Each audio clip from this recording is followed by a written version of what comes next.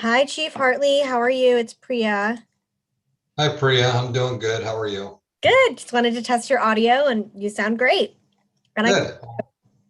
Good to go. awesome. All right, thanks.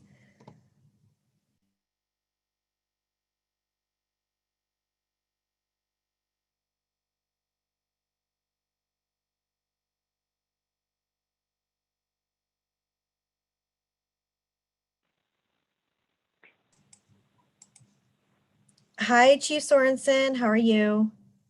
Hi, Priya. I'm wonderful, and yourself? Good. I can hear you. I can see you. You look great. Thank you. Same to you. Where are you? I'm at City Hall. City Hall. 52. Yeah.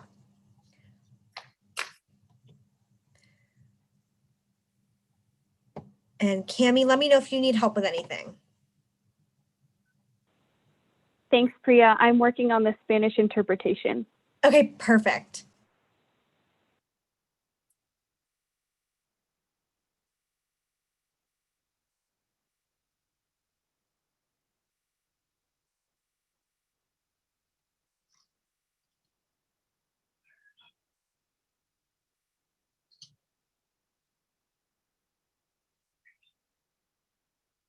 When do we go live, Priya? So We are live right now. Okay. Yeah.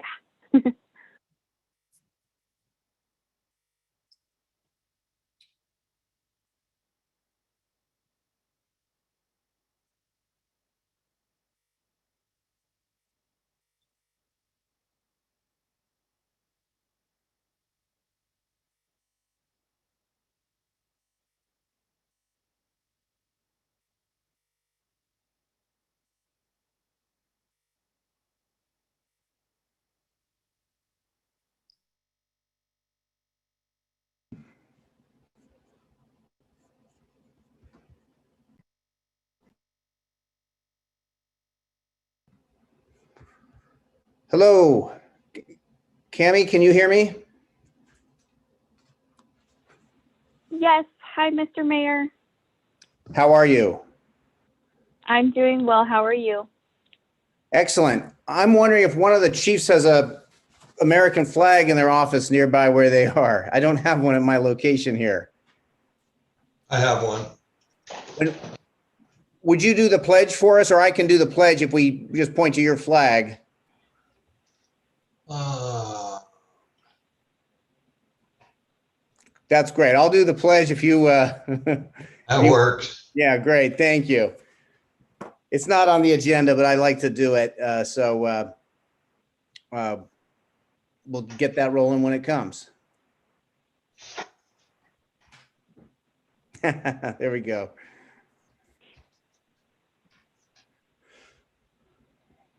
hey, Cami, so I just want to jump in here and see if you need any help with launching the interpretation. So go ahead and click on the globe. Yeah, I did that and I'm manually inputting one of Oh, the great. interpreters, Oh, perfect. but Awesome. it's just not allowing me to start yet. I'm not sure why. Okay, do you want to take a, you can also try and just start from scratch almost.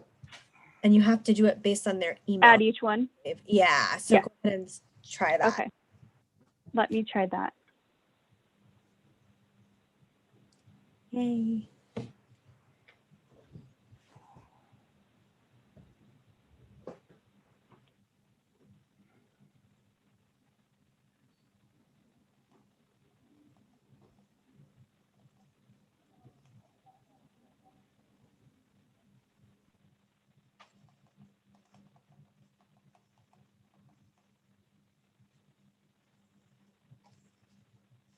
I'm still having the same issue, Priya. Do you want to take a screenshot or just take a picture with your phone and send it to me? We can. Yes, I can. I'll text you a photo Okay, of my screen perfect. here.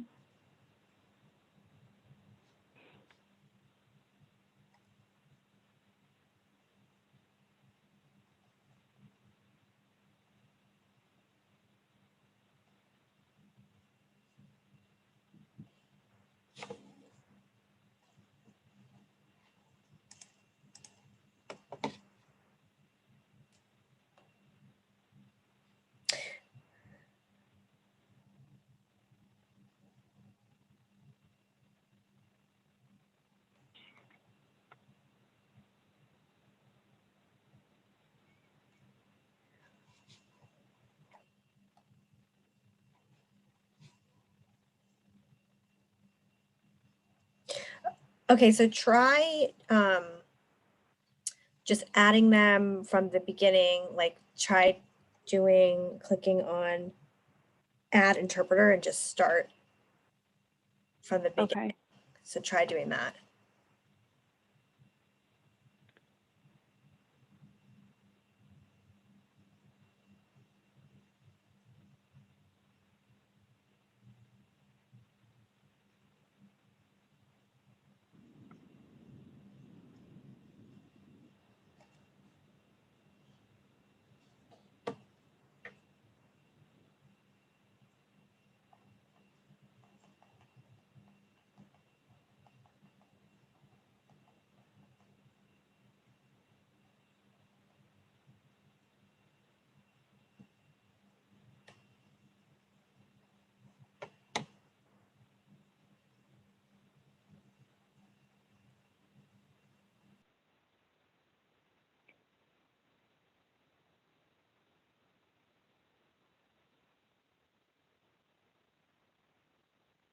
I'm not sure, Priya. I'm still having trouble adding them manually.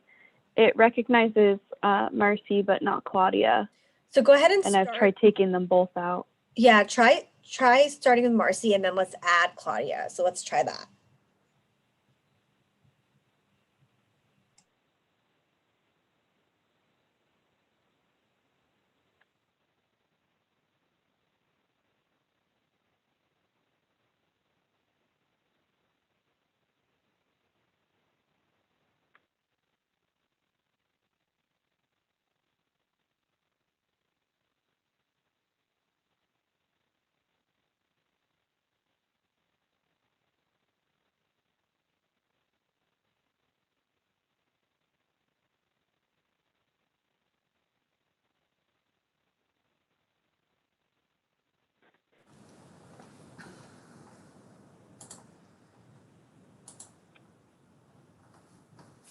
That's not working either, Priya. Okay, let me text you.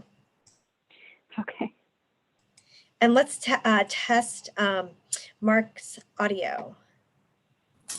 I'm going to switch to a phone just in case. I had a little bit of trouble earlier. Okay. I'm gonna dial in now. Okay.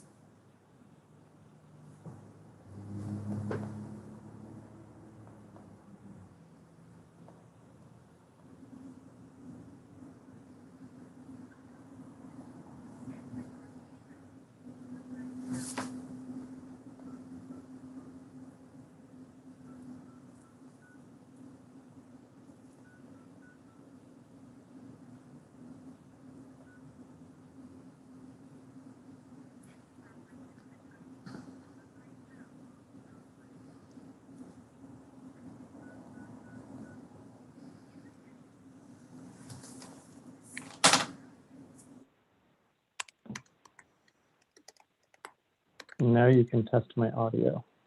Does it sound okay? It sounds great. Sounds Thank you, good. Mark. Good. Thank you.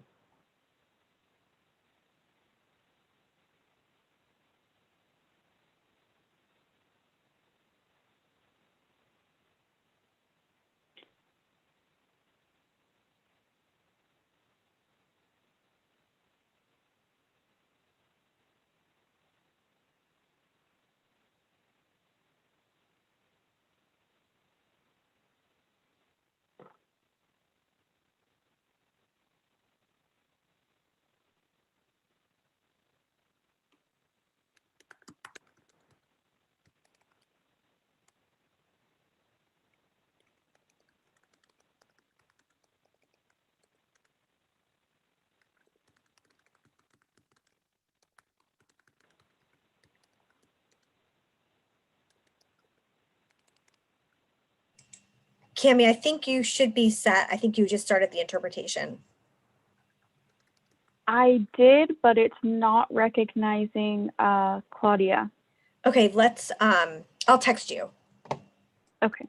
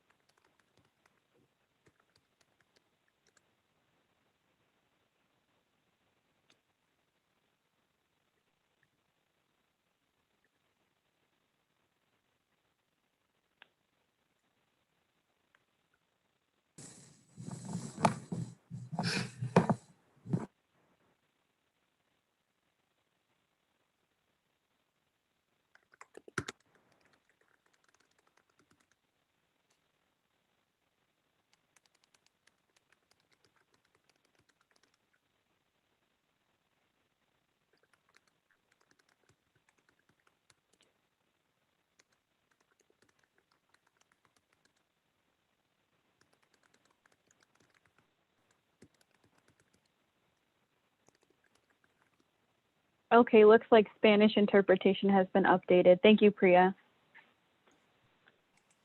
Awesome.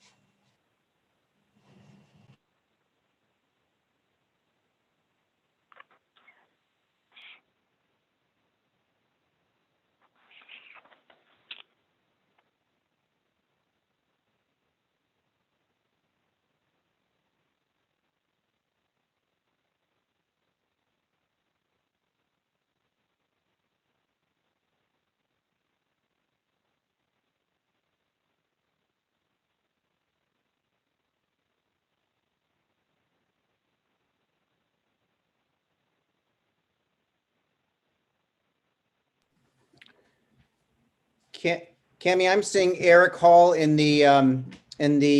attendees. He might need to be promoted. Thank you. I will promote him.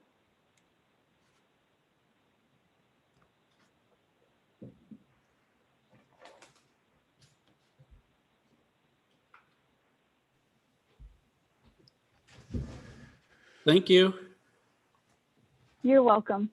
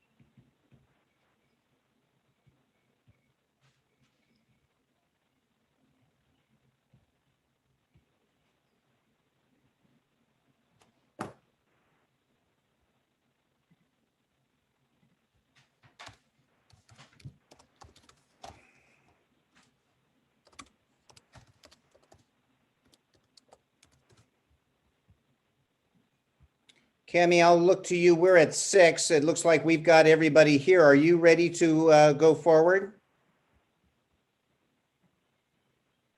Yes, I'm ready. Okay, very good. I'd like to welcome everybody to this is the City of St. Helena Special City Council meeting, Tuesday, June 29th, 2021. And Cami, will you help us with the remote access information and the Spanish language interpretation information, please? Yes, I'm going to go ahead and share my screen.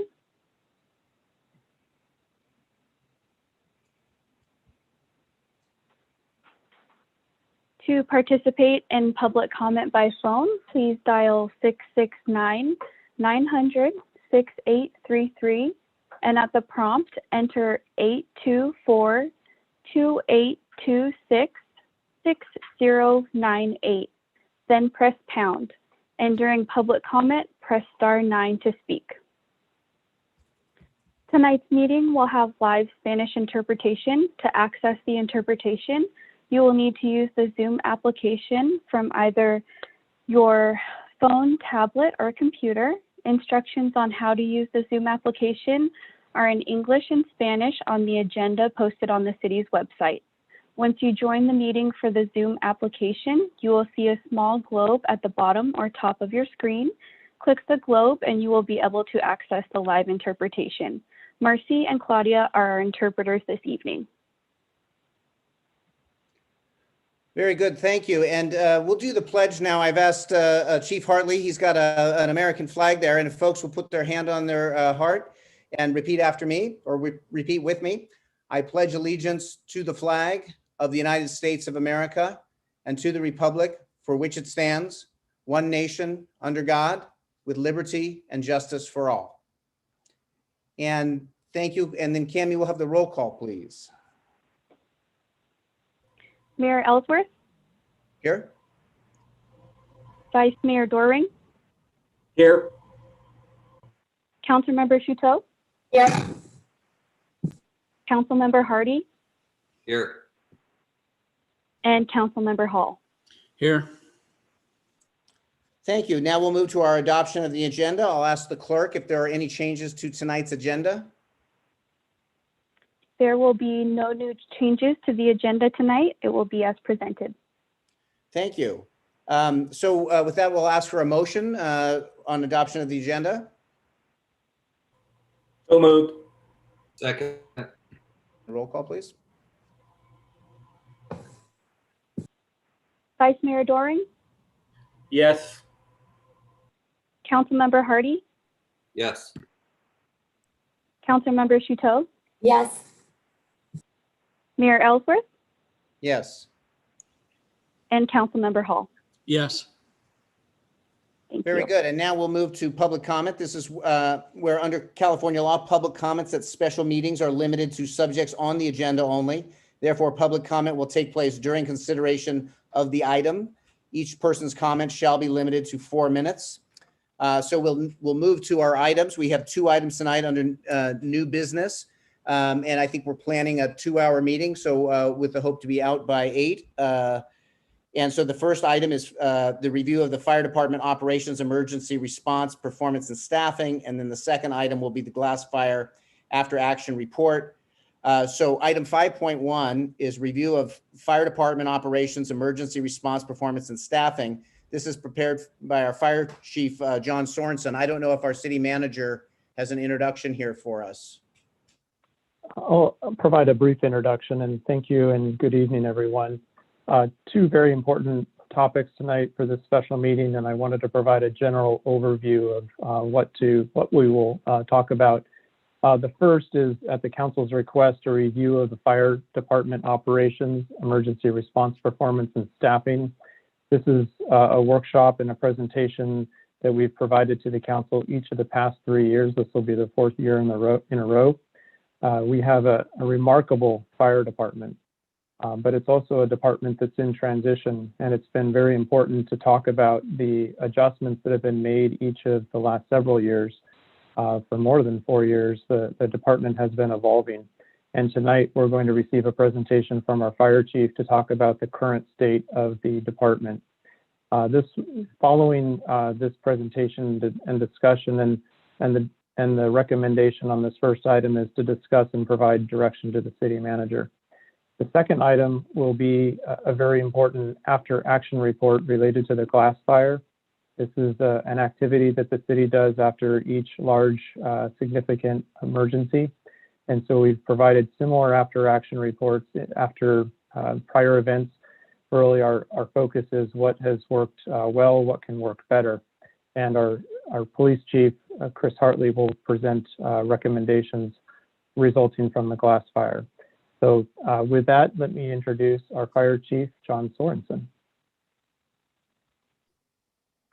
Welcome. Good evening, Mr. Mayor, Vice Mayor, and Council. I want to introduce also a few of the firefighters that came tonight to watch the presentation. We have a third of the department here and more of them meeting at home with their families. So we have Assistant Chief Waters over here, Captain Salakian, and the rest of the crew. All right, so Cami is going to be running this PowerPoint. If you could share your screen.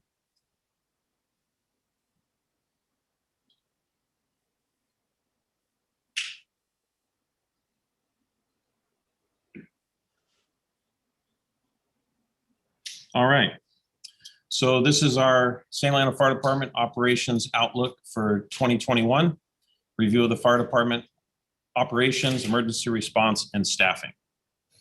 And what we're going to do is I'm going to do a short pause between slides. So if any council members want to raise your hand, go ahead and use that feature, and I'll answer the questions as we go. It's too many slides to wait till the end. All right, next slide, Cami.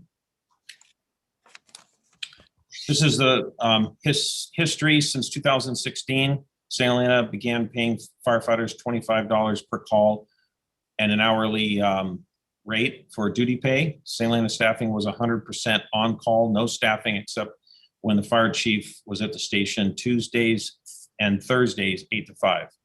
In July of 18, 2 firefighters were hired to staff station 17, Monday through Friday, 8 to 4. And then the next year in 19, 2 firefighters staffed 6 days per week, 7 to 5, with an additional firefighter 6 days per week during fire season, July through November.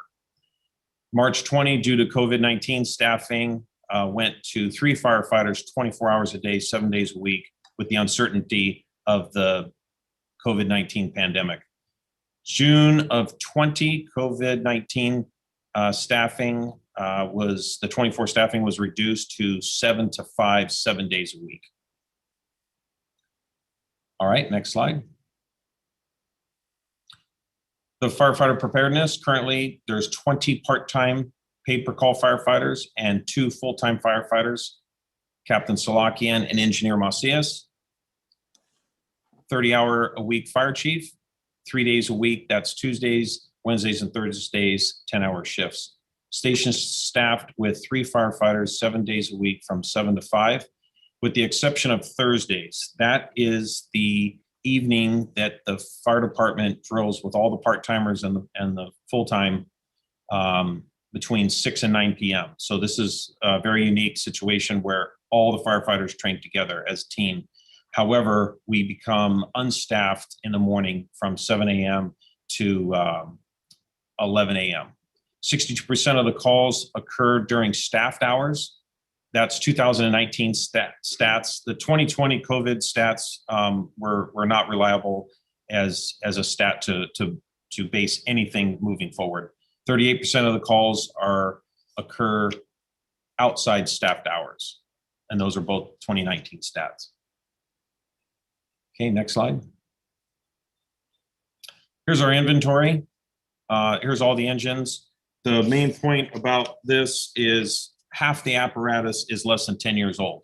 It's really in excellent shape. It takes a lot to maintain this apparatus. Some of them are very complex, but we have really some excellent equipment. Next slide. Here's the types of incidents that we respond. Here's blue is 2019, red is 2020. That is the COVID time 2020. but pretty flat. The medical and rescue, those are your vehicle accidents, and your medicals are in there. Canceled calls is any call, no matter what it is, that's canceled, whether it came over as a structure fire and then it ended up being a barbecue and we got canceled en route. Then there's false alarms. That's when you were most likely going to an alarm sounding, somebody burnt the toast, and then they called in and we were canceled, or we get at scene and we were it was confirmed false alarm. And hazardous conditions can be power lines down, tree down, and then fires.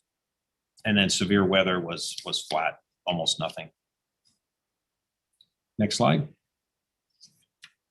Annual call volume. Back in 2013, we saw a rise all the way to 2017, and it peaked. And then every department in the county did a decline in 2018. Don't know why, but everybody just did a little bit less that year. 2019 went up, so it's been kind of a roller coaster since. However, the 2021 projection is to hit just below 1,000. That would be the busiest year ever. Next slide. The county contract. City provides emergency protection for surrounding county area. City does not respond to alarm soundings, tree downs, and public assist in the county area. So this is going to be, I'm going to show you a map next, but this is surrounding the city of St. Helena. County compensates the city $48,855 per fiscal year for dispatch and apparatus maintenance. They reimburse us. And then if calls reach 220 per year in the contract area, the county compensates the city $400 per call, which has never happened. The calls range, we've been running somewhere in the high, like 180 to 200. Next slide. Here's the county contract area. In the very center, you see St. Helena, and it is not colored in. That's the city limits. The yellow, we respond to all emergency calls. And in the red, that's in the north. That would be from CAL FIRE's Station 26, which is near Big Tree Road. And that red area, we respond to all emergency calls except medical aids. Chief, I'm seeing Vice Mayor Doring's hand up. I don't know if he has a question he wants to ask at this point. Sure. Yeah, it'd be helpful to understand. You're projecting 995 calls, and then I see the other calls per year. Do those numbers include both the in-city jurisdiction and the outside of city county jurisdiction when you total up all the calls each year? Yes. Thank you. Okay, so roughly on this response area, think from Big Tree Road north of St. Helena down to Whitehall Lane, all the way to the to Lake Hennessy, the backside of Con Valley Road, and then all the way to the top of Spring Mountain Road. So that's kind of the area of our contract with the county. Next slide. NFPA guidelines. This is the National Fire Protection Association. The guideline 1710 recommends that the engine responds a firefighter turnout in 1 minute. First fire suppression travel time to a scene is 4 minutes. And then a full alarm assignment at scene, 8 minutes, 90% of the time. And the community must decide which response standards and goals to set. And the next will show you a little video that we've shown in the past. Next slide. Oh, sorry, this is the propagation curve. So what this shows you here, it looks a little complex, but at the very bottom is in minutes from 0 to 16. And then the vertical line is the property destruction. 100 meaning 100% property destruction. This would mean, let's just say a single family dwelling would be 100% destroyed if nothing was to happen in 16 minutes. So if you were to put water on the fire in 8 minutes, you would draw a line straight up. You can see where that line, you'd have 50% property destruction. But if you were to arrive in 2 or 3 minutes, you would have less than 10%, and the fire would be contained in the room of origin. So from the beginning of the fire to 8 minutes, it's most likely kept in the room of origin. And then once you go past 8 minutes, this is putting water on the fire, it could go beyond the room of origin and throughout the structure. Next slide. This is for medical aids when we're talking about how important arriving at scene is. This shows how long a person can survive without oxygen. So this would be like choking, cardiac, drowning. And what it shows here is the death of brain cells and severe damage. That's that next line down in orange. Better chance of reviving with possible full recovery if you were able to receive first aid in the first 5 minutes. Next slide. Average response times during staffed hours. Now remember, the station is only staffed 7 in the morning to 5 p.m., 7 days a week. The engine responds in 1 minute. During unstaffed hours, that's going to be 5 p.m. till 7 in the morning every night. There's nobody here at the station. Engine responds in approximately 6 minutes. Now that's an average. It can go beyond that, and sometimes it can go a little earlier. It depends if it's 5:30 and there might be some firefighters pay per call that are in the area. And yes, it can get out fairly quick. 60% of the calls occur during staffed hours and 38% unstaffed. So if about at 1,000, that would be 38% of the calls are unstaffed, 620 are during staffed hours. Next slide. We're going to show, here's the video that's coming up, the Dean York fire. I think some of the council have seen this. This is showing firefighter, we're responding to a vehicle fire. Folks came home on Dean York Lane, parked their diesel-powered BMW and went inside the house, and all of a sudden it caught fire. And you can see how the fire is growing in the carport. Firefighters are flaking out the hose. They're charging the lines. This takes a little bit of time. They're getting their tools, they're getting their packs on. Now the vehicle fire has gone up inside the carport. Now you have a structure fire. Fires, the water's charging the hose right now.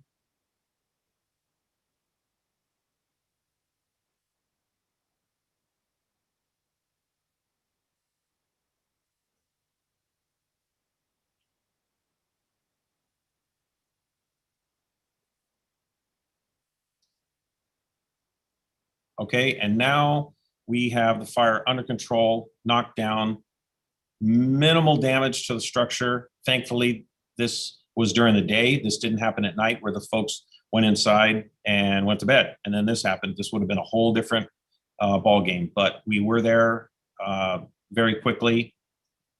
And you can see how important it is to get the fire knocked down quickly as possible.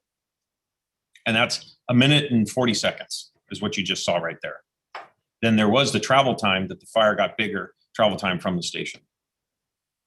Okay, we can end the video. This was the 2018 model. This is the first time we ever had full-time firefighters at the station. This was Monday through Friday. We had Salakian and Macias 5 days a week, Monday through Friday, 8 to 4. Next slide. Then in 2019, we picked up Saturday. Saturday was difficult for the part-time firefighters to maintain.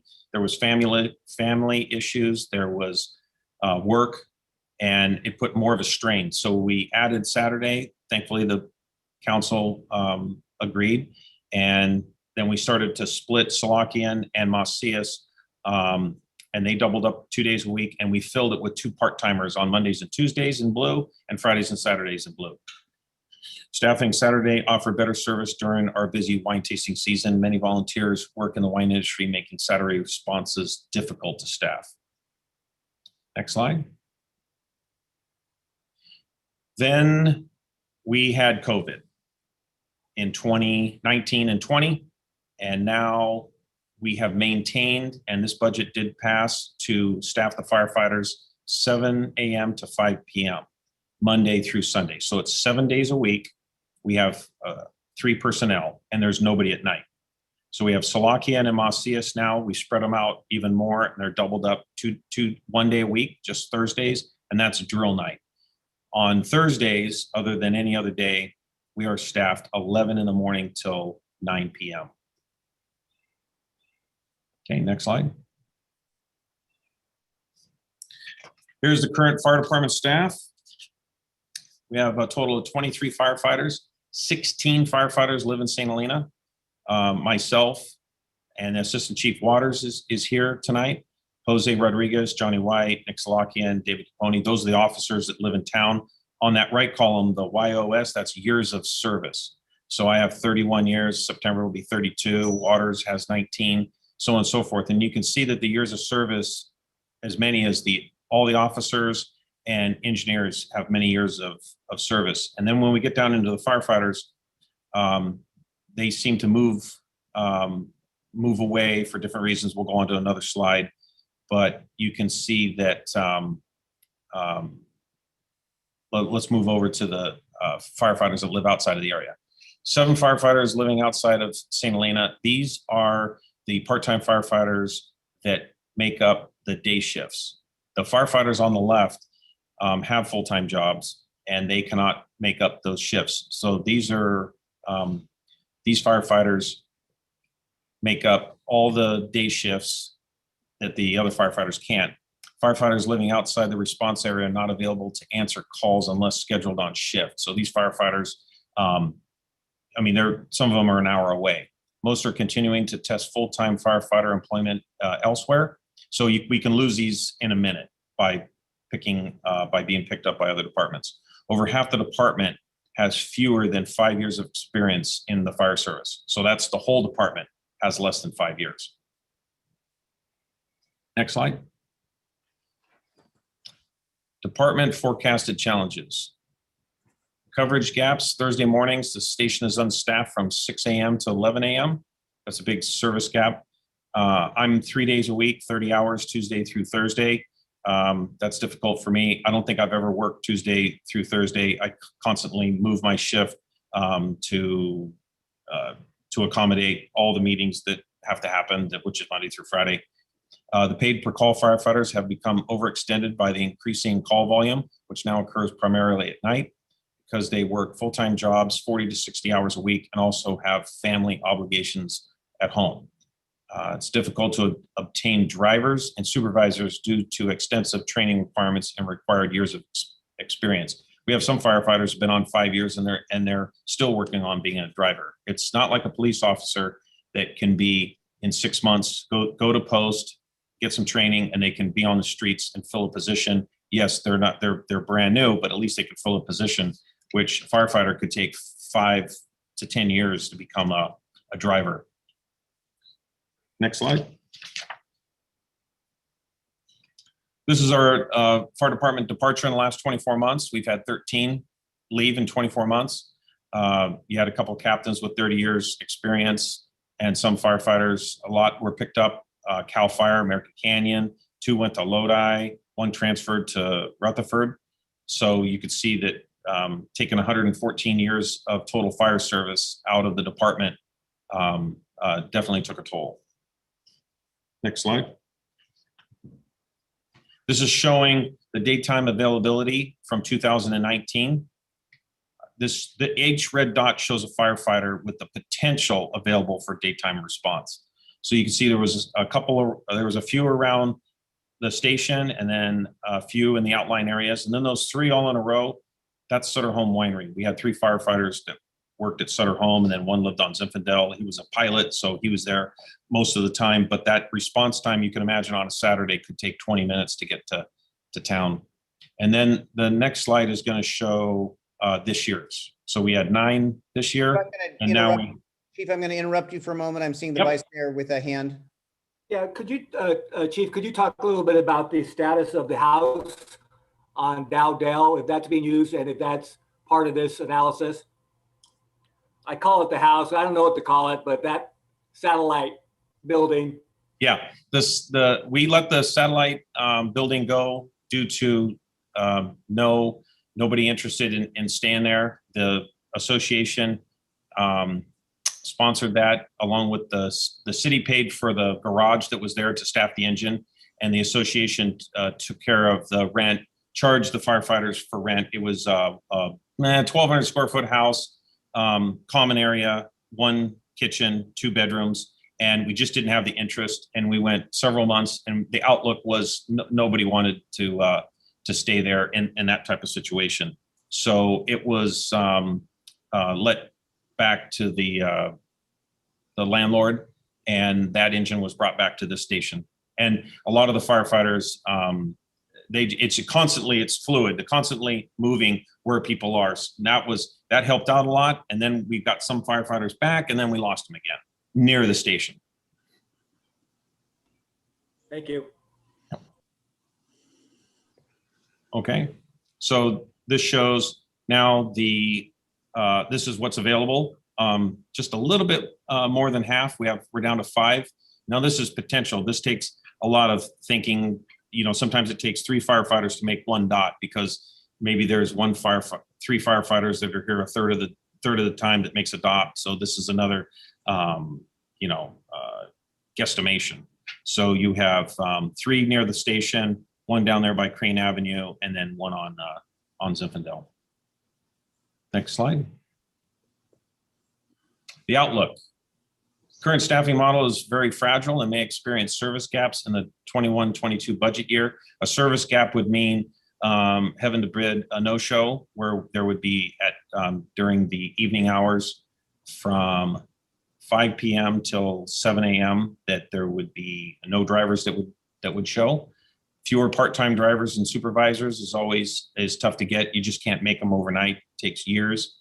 Other department COVID-19 hiring freezes are lifting, and we may experience an influx of part-time departures. Viability of this model is not sustainable in the near future. Service to community could be affected by delayed response times and understaffed engines. Call volume is trending up due to increase of visitors and an aging community demographic. Next slide. Just to show you how important, those part-timers, it's not like, oh, we need to hire a full-time department and get rid of everybody. You definitely cannot get rid of the part-timers. This will show you Nick Salakian, Martine Macias, and myself are in red. Those are the full-time firefighters, and the rest are the part-timers. And you can see at the Bank of America fire that what it took to put that fire out, including almost every paid engine in the county, excluding Napa and American Canyon, showed up for this fire. And that was a total of 16 firefighters from St. Helena. Well, you don't get 16 firefighters when you only have 3 on duty at a normal staffed station. This was incredible to get 4 engines, a ladder truck, 1 utility, and a command vehicle at a fire. Next slide, I'll show you the glass fire response. Next slide. Glass fire. So I was a division that had St. Helena area all the way from Spring Mountain Road, and I had these engines in my division along with many more. We had 5 engines, a water tender, and 3 overhead positions. Again, you would get less than half of this without the paid per call that could staff these engines. Nobody with a town of 6,000 can get 5 engines, a water tender, and 3 overhead positions out of 1 station and sustain this for a solid week. Every firefighter was on deck for a solid week. We only had 1 that didn't make this this fire. And next slide. Okay, that little effect there, the 882,000, courtesy of Mark Presswich. This is the Fire Department Association contributions. We wanted to show you how much the association provides to the city, and no impact to the city budget. Paid in cash, 2019 Pierce Type 3 engine, 438,000. Another Type 6 engine, 330,000. All new structure turnouts that we're speccing right now, 100% by the association, 60,000. Thermal imagers, 17,000. Beds, 10 grand. Uniform station wear, 16,000. Vehicles, station maintenance, 11,000. And there's some little items that get lost, in the couch cushions that we didn't add on here, but it's more than 882,000. There is not another department in the county, or probably in the surrounding counties, that in 2 years, we're not even done with 21, that put, pushing towards $1 million. And next slide. And that's the end of my presentation. Is there any questions or comments from the council? Thank you, Chief. We really appreciate it. First of all, we'll get to some comments and questions in a moment. I just want to say thank you. You've got the department there with you, the folks from the department, and we all just want to make sure that that you feel the gratitude for the work that you do, and certainly over the last few years of really remarkable challenges. So I'm hoping that everybody's hearing that. Thank you. We're going to get into looking at what we can do and talk about to make sure that you feel you've got the necessary support and focus so that you can do the best job you can, knowing that we're looking at it from our side to find that support for how you believe this needs to move forward. So with that, I'm going to open it up to council questions and comments. First, I'm seeing Councilmember Hall. Thank you. Thank you, Chief. That was real clear. I liked how you walked through it all. I just, going back a couple of slides, I was just trying to take some notes. The county calls, you said we're running about 180 to 200 or so relative to maybe, let's say, 1,000 calls. So, and you showed sort of an increase and decrease in demand over time, over 4 or 5 years. Do the county calls and the city calls, does the percentage basically stay the same regardless of that demand? Yeah, okay. Yeah, roughly, yeah. Yeah, and then the follow-up question is, the unstaffed response times, you said averaged roughly about 6 minutes, a little bit more than that.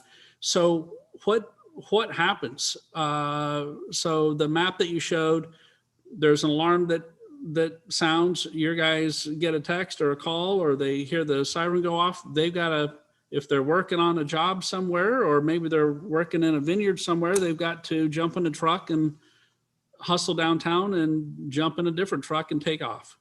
That's right. It's And 5 p.m. through 7 in the morning. Okay, so and the response time is from the time the call comes in to when your guys are showing up at the scene To respond. to get to the station there. The station responding, in the engine, suited up, heading out. Got it. Okay, and then it might take 5 minutes to get on site or wherever it is. Who knows? St. Helena is fairly small. If it's in the contract, it's travel time. I mean, you could Google it and it'll tell you. Nighttime is actually faster to respond because there's no traffic. Yeah. Right now we're getting a call. Okay. What we got? What is it? Okay, so now they're going, but today's a lucky day. Whoever is receiving this medical, they're going to get a response in a minute. Now in an hour, and when we're all gone, it's going to be 6 minutes. Yeah. And then lastly, these fires have caused so much wreckage, economic damage, and folks are feeling it literally at home with property insurers who are no longer insuring structures here, or folks who are trying to rebuild or having a hard time getting insurance. And I'm wondering, does your response time data get fed to any sort of property insurance association, or do you guys take calls from Aetna or other property insurers asking about how effective is the local fire department in responding to calls? Give us response time data. Do you guys have a direct connection with insurers, or are you aware that if that data is flowing out to insurers? So we're rated, all the fire departments are rated. Number 1 is the best, 10 would be the worst. So ISO is Insurance Services Organization, the ISO, okay? Our number is a 3, okay? 1 being the highest. We're pretty good. Calistoga's a 3, we're a 3. I believe American Canyon and Napa are a 2. And then the county has variable, like Yountville is a little different because Cal Fire is right across the street, fully staffed, 4 personnel, a ladder truck and an engine right there in Yountville. So that's different than the rating in Pull Valley. So theirs is all over the board. They have 800 square miles to take care of. We got 3 or 4. Yep. So yes, three is pretty good. We're hoping someday we'll get to a 2. Yeah. But that's what everything is rated by. Okay. Thank you. I have a couple more, but I see Member Trudeau and Vice Mayor here have questions. I'll hush up for a minute. I'm seeing Councilmember Chateau. Thank you so much. I have my first bad cold, so I'll try to get through it. But thank you so much for this presentation. It's clear that we need to do something different. And I'm just so grateful for how much this model has saved our city money over all of the years by being the volunteer model, and then also the donations through the association. It's really incredible. What do you need from us for this year? I mean, it's scary to see all these people leaving for other jobs, and also knowing with COVID changing and the economy bouncing back. Do you feel like we're covered for this year? Is there anything that you need from us? I would like to work with Mark Presswich, the city manager, and we could talk about a glide slope to something more sustainable. And I know we just passed the budget last week, but these things just happen over the last month or 2. It does become straining. And I mean, we could be in a bad situation with we get one blown out knee and maybe a wrist and a couple of key firefighters, and it'll be a whole different ballgame. Right now, we're okay. But in the future, I just don't think we can make it to 22. And what really stuck out to me was that response time. If you get there really quick, you can actually contain it to 10%. And if you don't, there's so much more damage. And it doubles every minute. Yeah. It doubles every minute compounded. So 1 becomes 2, 2 becomes 4, and 8 in square feet, and as large as the fire gets. That's something I don't want to see. Yeah. And I also wanted to add that when you said how long that we have sustained this, we went 25 years longer than Calistoga did. Calistoga's model stopped in 95 or 96 to full-time firefighters. They were small. They only had a couple, just like we did, but we lasted almost 25 years longer, which is amazing. Thank you. And I'm seeing Vice Mayor Doring. Yeah, thank you, Chief. I do appreciate your answer to that last question by Councilmember Chateau, because there's a lot of moving parts and puzzles that I think all the council needs to be involved with in terms of coming up with, first of all, defining the problem, and then figure out the solution, and looking at budget and seeing where the money's going to come from. But I have just a more direct esoteric question on the ISO rating. I probably will have other questions, but do you know whether the ISO rating is relevant to just cost of insurance, or does it also affect the availability of insurance? My understanding is it only affects cost and not necessarily the ability to get the insurance. Do you know anything differently? Well, we have, fortunately, our on-call fire marshal been retired for many years, Capone, Jim Capone, and then we also have David Capone, who's a partner in the insurance business. I've heard of many different ways. Different carriers will look at the ISO rating. They'll also look at the map and say, oh yeah, you're a 3, you're in St. Helena, everything's fine. But then when they go out to that 94574 address and they see that it's way up on Bieber Road in St. Helena, well, then they don't want to do it. So the price, I've heard that they follow ISO. Some do, some don't. I've heard most do. So let's just say Farmers might have one way, but then Capone's office, they're a broker. They have many different ways. So I hope that it's not absolute on the ISO rating, but ISO is a big portion. Okay. My next question may sound kind of bizarre or being a little weird, but I guess I just want to put it out there and get your response. I believe I asked the same question the last time you did this presentation, and it had to do with sort of the calls themselves. And, we're projecting calls going up, but is there a way where you can kind of look at it and frankly say, we shouldn't even be responding to some of these calls? I don't want to sound like cold-hearted or that way, but I'm just kind of going through some of those calls. There's a lot of fire alarm goes off. There's just a lot of calls where how do we get those call numbers down? And that may be the opposite of sort of the fire protection model, but it's a question, you know this area more than I do, but it's always a question of when calls go up, I'm concerned. We want them to go down. And is there a way to work with that? I hope that question sounds respectful of people of your department and also our community. The best way to say that is it wouldn't matter if we had 1,000 calls or 800 calls. If we reduced the calls for 200, you still need a fire department. If the police department had 500, I mean, they do a lot of calls, service calls. I mean, Hartley might go into it. I mean, in the thousands, but you still need a police department. So reducing it, trying to reduce costs, it's just not, we don't even have a baseline yet. You don't even have a full-time fire department staff 24/7. So we're not even we're not even treading water yet to just a minimum standard. So, and we could, with a certain amount of personnel, we could handle, up into the 1,200, 1,300 calls, which American Canyon is, I think, in the high teens, and they have 6 on duty all the time.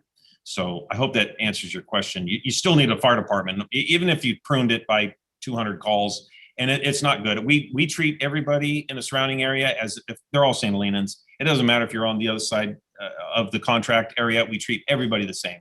If you get a structure fire, we're going to send 3 to 4 engines there and treat it just like the one on Tanner Street as the one on Zinfandel. Okay. I'll defer to Councilmember Hardy for now. I might have other questions later on that topic. Thanks. Oh, I'm sure you will. Thank you. Seeing Councilmember Hardy. Thank you. So I have a couple questions, Chief Sorensen. First of all, looking at the graph of volume of incidents or calls over time, it doesn't appear that there was any spike related to last year's fire season itself. And I'm wondering, what kind of stress do these big wildfires put on the St. Helena Fire Department? So the wildfire calls or fires in general was up 2%, which is very small. The glass fire was one fire, 67,000 acres surrounded the entire town. So that goes down as one fire. The LNU complex was not fires that we responded to a couple lightning strikes. We sent a couple engines out, put them out, very small fires that some of them unattended became the huge LNU complex. So that only went for two calls. So sorry, what was the second part of that one?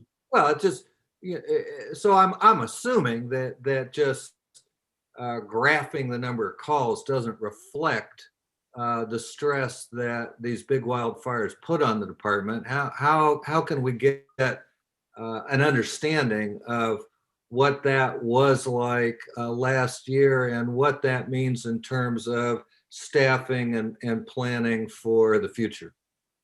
Well, the wildfires, most of the staffing is all the medical aids, and that's the biggest burden.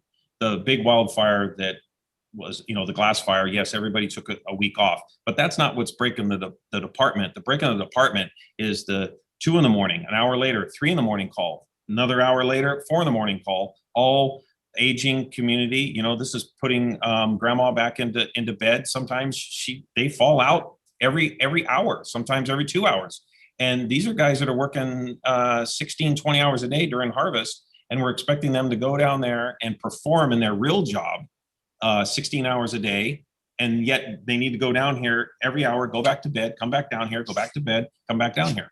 That is the burden, not so much the wildfires. The wildfires in the county or in the state, when we respond, that's all voluntary. I don't make anybody go.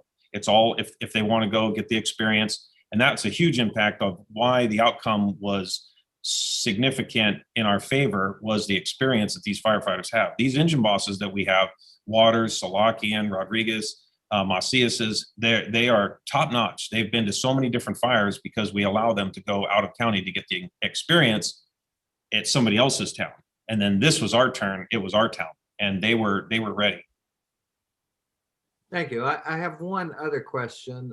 Going back to the subject of the ISO rating, and hopefully I'm not asking a question that's already been asked, but what kind of uptick in that rating would you expect from a full-time paid department?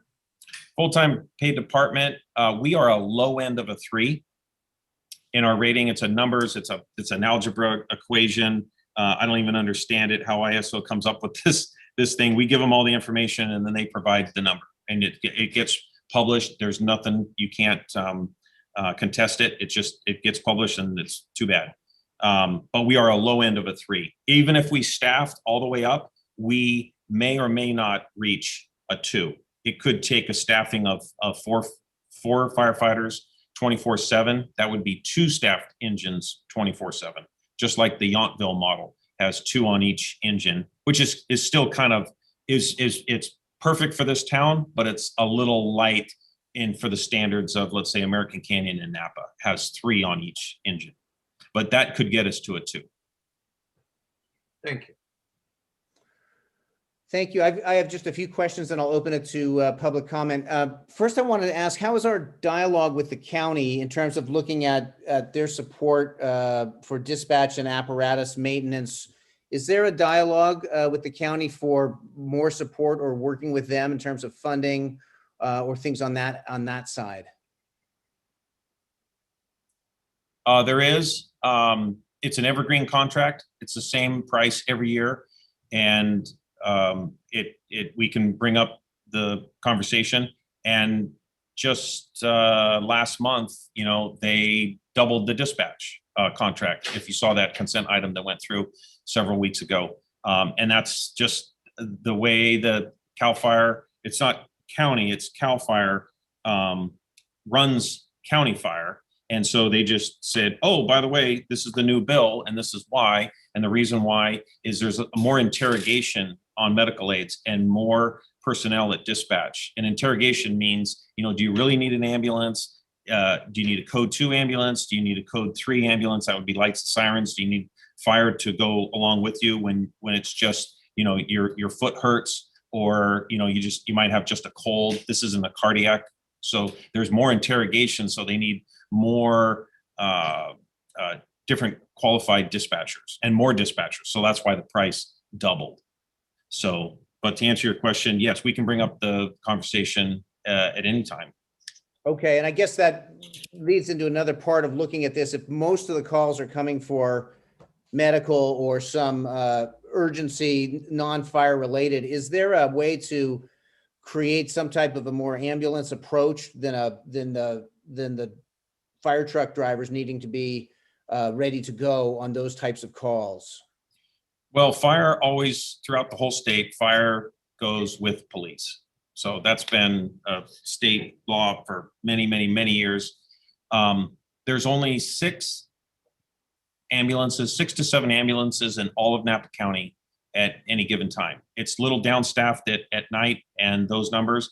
And talk about fluid. You got 800 square miles and 6 or 7 ambulances. They're constantly moving. Those guys never sleep. So if there's if there's an ambulance in St. Helena and Calistoga gets a call, the St. Helena ambulance drives to the middle and parks at Big Tree Road. So it could be at a St. Helena call. And they want to stay at 8 minutes to on scene throughout the whole county, or they're fined. There's very large fines that are levied on the ambulance company. So that is difficult to not go to medical aids, because many times we're first at scene. And just last week they ran out of ambulances. There was no ambulances. So there's a medic supervisor had to go get an ambulance that wasn't staffed in Calistoga, and he was in Deer Park, went over there, got it, and then responded to St. Helena. And I mean, sometimes it was a 20-minute response. So could you imagine an engine that didn't respond and you were waiting 20 minutes and nobody showed up? So the checks and balances, they work together, and it's an excellent system. Sometimes it seems really redundant that you have 5 people in your living room and your foot hurts. But on the other hand, sometimes that somebody's foot hurts or their arm hurts is because they might be having a heart attack, and then you get there and it's a whole different call. And you're glad that you did send fire as well. Okay, thank you. I just have one other thought, and Mayor, we may want to open up the public comment after your last question. I see yes, some that's hands. that's Okay, my thanks. thought. I just have one other. So in terms of certainly wanting you to have this conversation with the city manager, and in terms of sliding up to this level that we need to get to make you feel like you've got the strength in your department, is finding employees and finding people to fill those positions. Is that reasonable at this point? Is working with the academy, or if we determine ways to onboard folks, do we have a crop in which to reach out to that we feel we could bring on? You mean that are not on the department right now? Yes, if that was part of this, is in terms of building staffing, is the staffing out there? There's staffing out there right now. We're just a little shy. We're right sized. We have a lot of, we reached out to the academy, and everybody, most of the firefighters that are here tonight are paid per call, the ones that do not live in St. Helena. And a lot of them right now for their staffing, because they're kind of all fighting for shifts. It's competitive who gets a shift, because they're inspiring firefighters. They're working maybe another part-time job and they don't have full-time employment. So if we were to staff and pick firefighters to join, now that we have dialed in. But to add to the number right now, we could maybe add one or two if we lose, one or two. But that they don't do that. Staffing member is not here at night, and our problem is 5 at night till 7 in the morning. I guess what I'm saying is that if we find the way to create the window for you to have whoever you want when you want them out there in the world, there are people that can come in for those positions. Yes. Okay. So with that, I'm going to open it to public comment.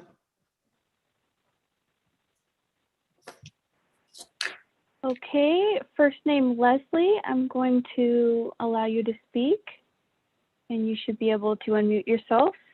You have 4 minutes to address the council. Okay, thank you. First of all, I want to thank you for everything you do, Chief Sorensen.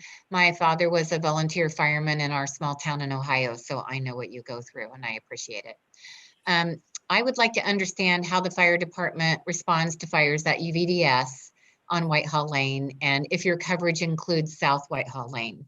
My personal experience in the past when reporting a fire there was that the fire department does not respond to fires there, that they are managed internally. Does this still happen? And as a neighbor to the Whitehall Lane facility, this is very concerning because many of us don't feel safe or protected by the fire hazards that are created there. Thank you. To answer your question, South Whitehall is not in our contract area. North Whitehall is, and Whitehall. So that would be to the bridge. When you drive all the way to the end of Whitehall and you come to a bridge, some of you folks that are not familiar with that, when you come to the bridge, everything to the left would not be our contract, and everything to the right is in our contract. However, what is written in the contract and what we respond to week by week can be completely different. It's the way the CAD system works at dispatch. We can go to fires. I haven't been to a fire out there in quite some time. Thank you. And so in cases like that, where there's a jurisdictional issue, you're in communication though with CAL FIRE and the county when those incidents occur? That's correct. If there's a call, let's just say it's during the day and we're all awake, we're not sleeping, and we say, wait a minute, that's Tanner Street, that's ours, and they dispatch somebody else. There is glitches in it, and then we just come up on the air and we respond. But if it's in the middle of the night and everybody's asleep and it's 3 a.m, well, then there's no way for us to know. Our pagers don't go off, the siren doesn't go off. I see. And those are rare. It's only the ones that are on the fringes, right on the border. It can go either way. And that happens everywhere. Everywhere in the country, they all complain about dispatch. Okay. So is there any additional public comment? There is no additional public comment. Okay. So with that, we'll bring it back to Oh, excuse me, Mr. Mayor, I'm sorry. Someone just raised their hand. Last four digits from a phone call, 6343. I'm going to allow you to speak. And you should be able to unmute yourself by pressing *9.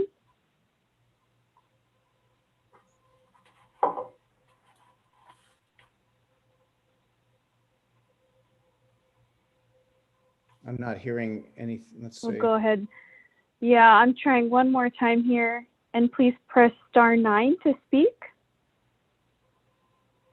You can also try *6 as well.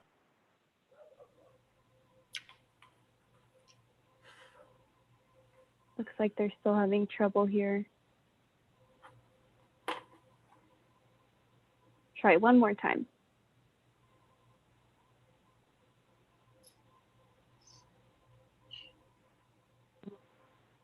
There All you right, go. I'm unmuted. I'm unmuted. Sorry, I was a muting kind of guy. My name is Okay. Dennis Kelly. Can you hear me? Yes. Yes. All righty. My name is Dennis Kelly, and I live across the street from the Clover Flat landfill. And I happen to be the only resident that actually lives across from that place in the drainage there. In my life here of 52 years at this house that I bought from 4 generations of my family, the Tamanis, we had one fire that came from the north, which was in 1961. And the glass fire, which was the one we just went through that you were talking about earlier, was the one that came across Silverado Trail, and it burnt 7 wineries and 22 homes. And just from crossing here at the dump or the landfill. And the one thing that I haven't come up with yet is why the landfill doesn't have fire trucks or a fire truck, foam trucks, a way of dealing with garbage that can be spontaneous combustion. In the last 6 years, we had 64 fires that came out of the dump, the landfill. Mayor, don't mean to point of keep- order. Are you going that? to control the meeting, Mayor? This is off topic. Oh, okay. Well, should I call back in a little bit then? Mayor, my question is to you. Uh-huh. My question is talking to St. Helena and their fire department and how it dealt with the glass fire. It seemed like the glass fire got out of control right away. And it didn't seem like there was a lot of people on that fire until almost noon. And my question is when the fire actually got to the dump and it exploded and it shot across Silverado Trail, who deals with that and what do we do with that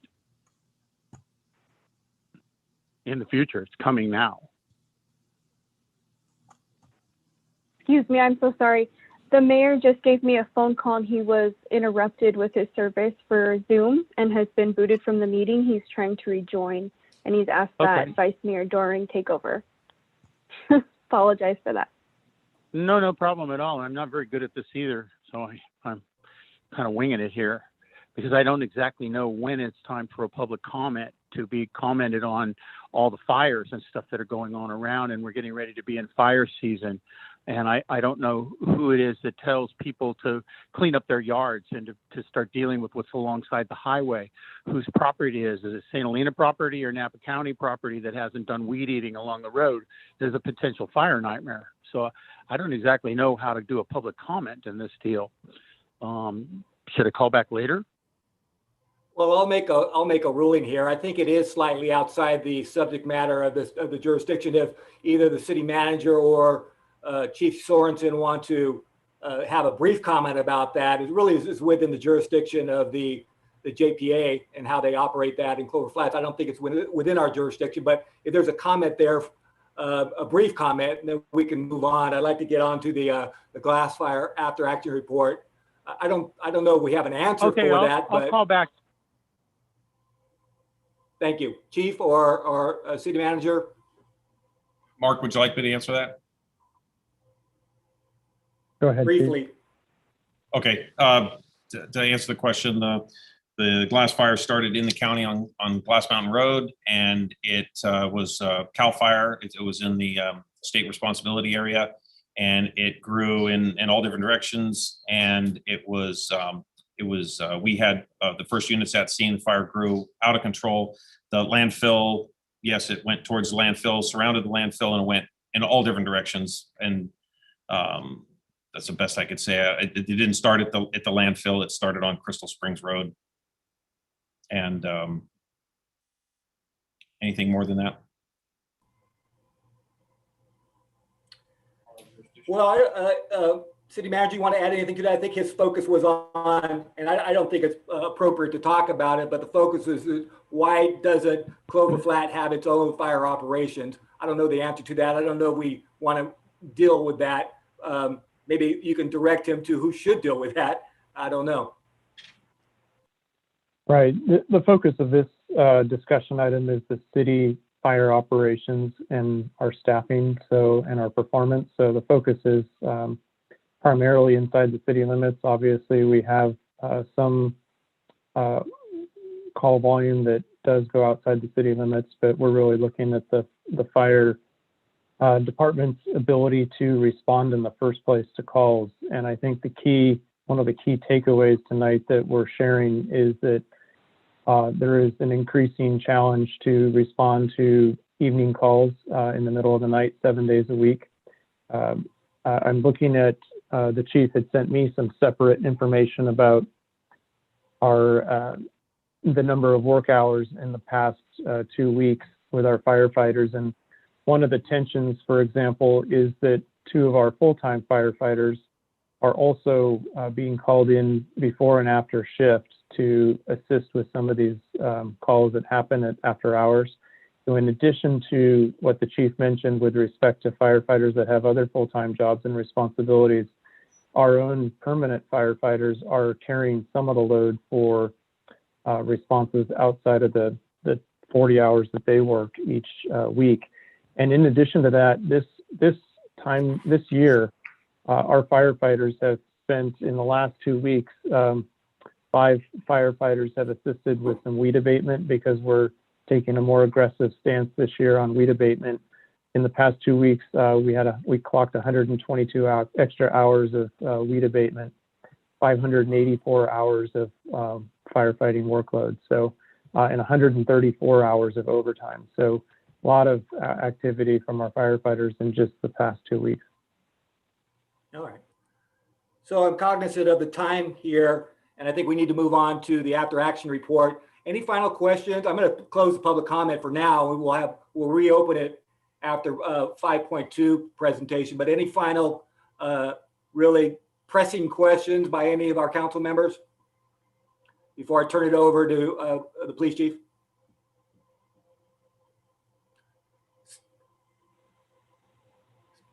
And you want to introduce this next item, 5.2, Mr. Presswich? Sure. Just one closing comment on the fire operation report. With the permission of the council, I think it would be helpful for the chief and I to work together on developing some options for the council to look at with respect to staffing and addressing or at least planning for challenges with these evening calls that are creating additional challenges to the department. And so if we have council direction to do that, I think that would be something that the chief and I can work on bringing you back. I think from everybody good with that? Thumbs up. Do you need any? Do you need a subcommittee or any council members to participate, or is it too premature for that? Okay. I think it's a little early. So what we want to do is run some numbers, talk about a couple of options, and bring back a presentation relatively soon for you. Okay, fair enough. Then you have that direction. Let's move on to 5.2. If you can, Mr. Manager, briefly introduce that item and our police chief. Thank you. Thank you, Vice Mayor, for jumping in there. I appreciate it. I'm back on now. So a big thank you to our fire department, and now transitioning to our after action report. This is just a best practice when we look at an incident, an emergency incident, try to learn from it and adjust to make our preparedness that much better. And Chief Hartley tonight is going to share with us his report on the after action report. The full report is attached to the agenda, and I'll turn it over to Chief Hartley. Well, good evening, Mayor and City Council members. The long-awaited after action report is finally here. It is a lot of meat and potatoes to absorb in one sitting, and I'm sure that you will have questions. So while I go through this, at the end of each slide, if you have a question, please raise your hand and I'll do what I can to answer that question. Cami, are you ready to put up my PowerPoint?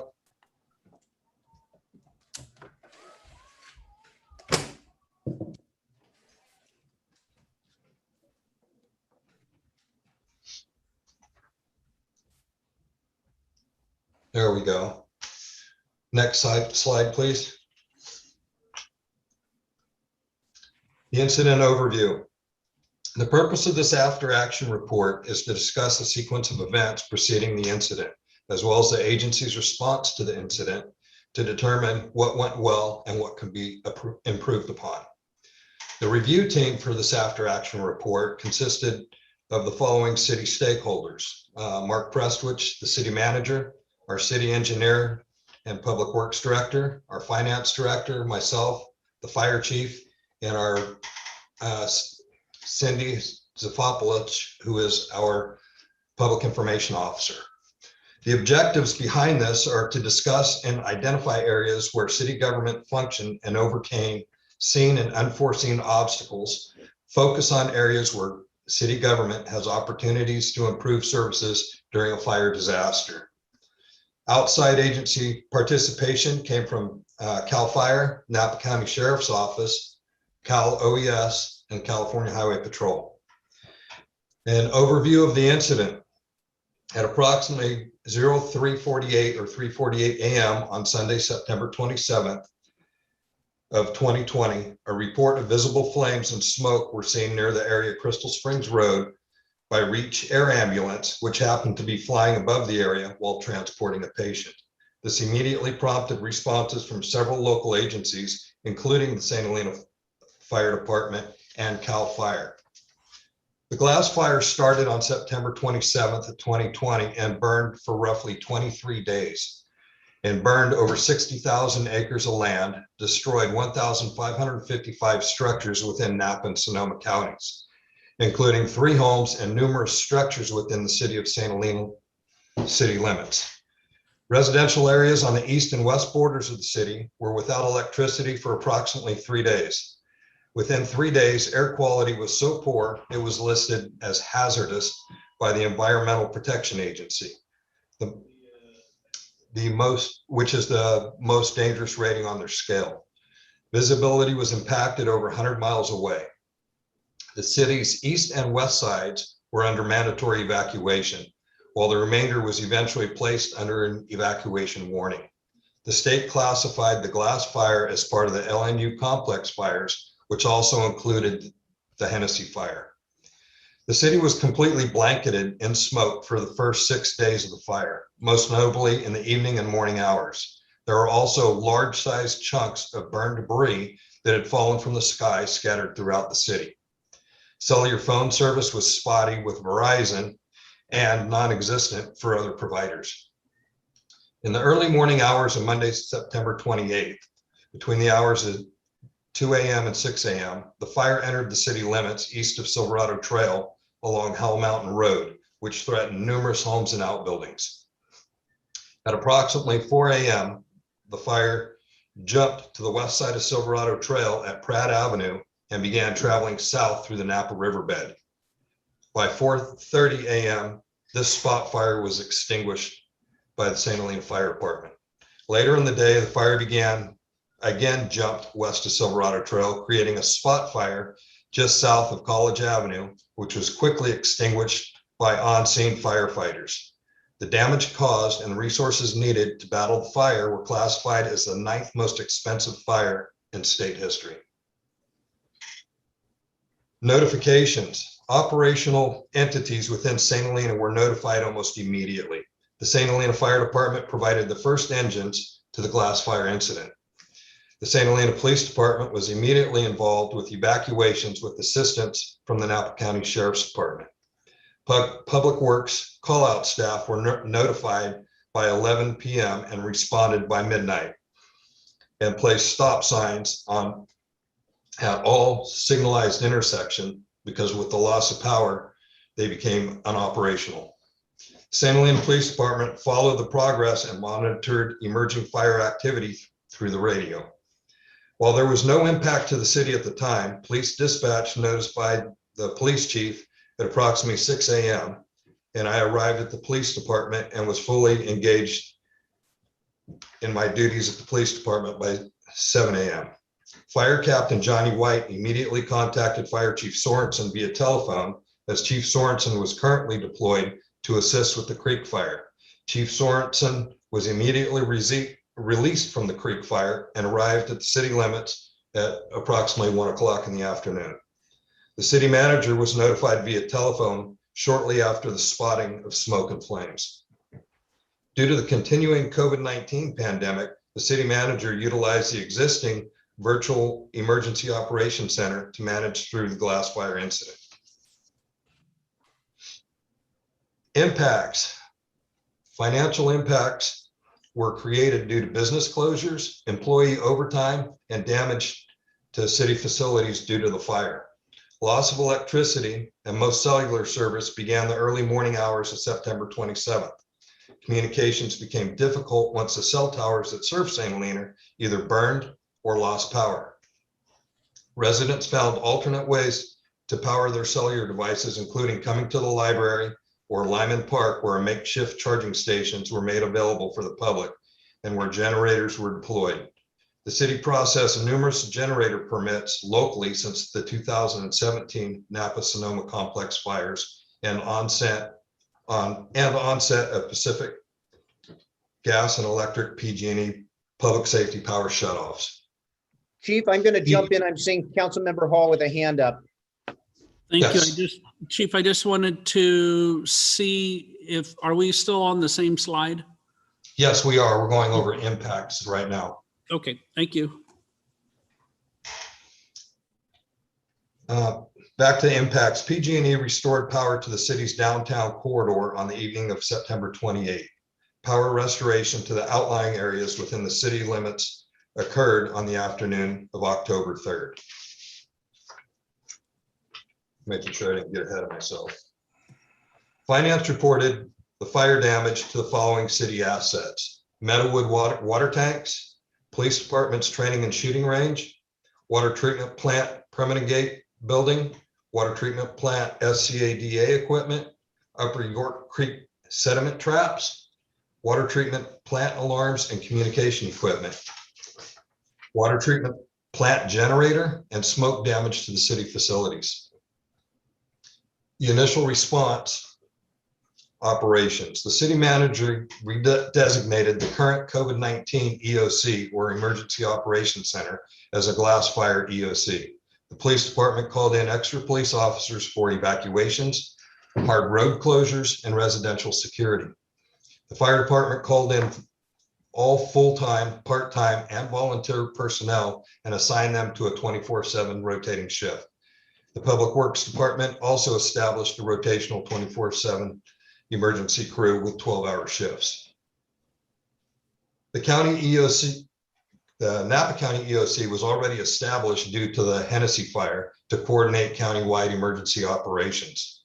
The CAL FIRE IC was established at the Sonoma County Fairgrounds in Santa Rosa on September 27th at approximately noon. Meetings and updates occurred daily at 7 a.m. and 5 in the evening. City Hall and Library. City Hall remained open by appointment only during the normal business hours. Internet services and email were difficult during the first 24 hours until power was restored. This made it difficult for communication with the Napa County Emergency Operations Center. City Hall also coordinated the rapid installation of charging stations at key locations within the city for the community to use, including Lyman Park, St. Helena Library, and the Napa Valley College upper campus. These charging stations were open from 8 a.m. until 6 p.m. through the first 3 days until power was fully restored. The city's EOC established a community informational center at the police station to provide community with non-computer-based emergency information source. The city utilized multiple concurrent communication forums to update the community. Nixle press releases, which typically went out twice daily.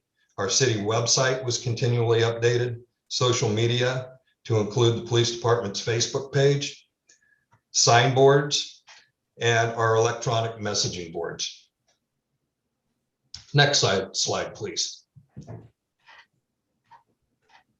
Emergency declarations. The city manager issued an emergency declaration for the glass fire event on September 27th, 2020, which was ratified by the city council at a special council meeting held on October 2nd, 2020.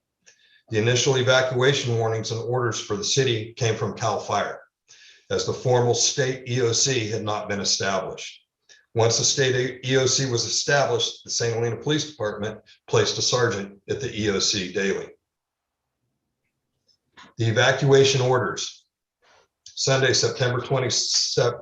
Go ahead and next slide.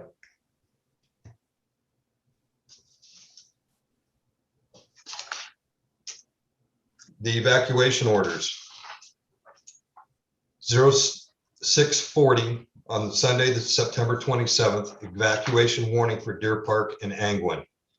At 4:45 in the afternoon, mandatory evacuation for Deer Park and Meadowood. At 8:41, mandatory evacuation, all of Spring Mountain Road and Deer Park Road, west of Highway 29 to Elmhurst.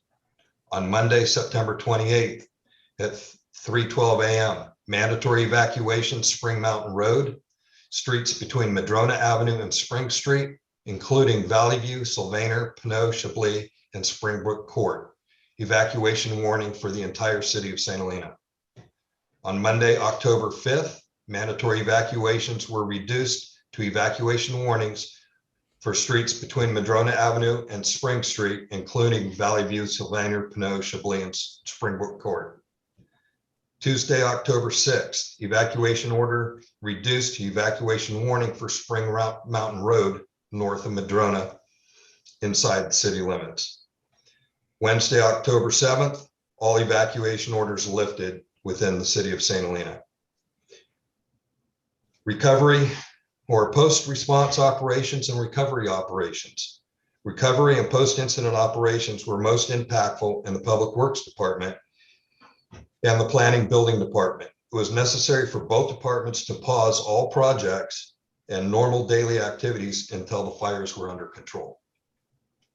Finance is currently in the process of working with the city's insurance provider and state and federal agencies for reimbursement for eligible city expenditures during the glass fire.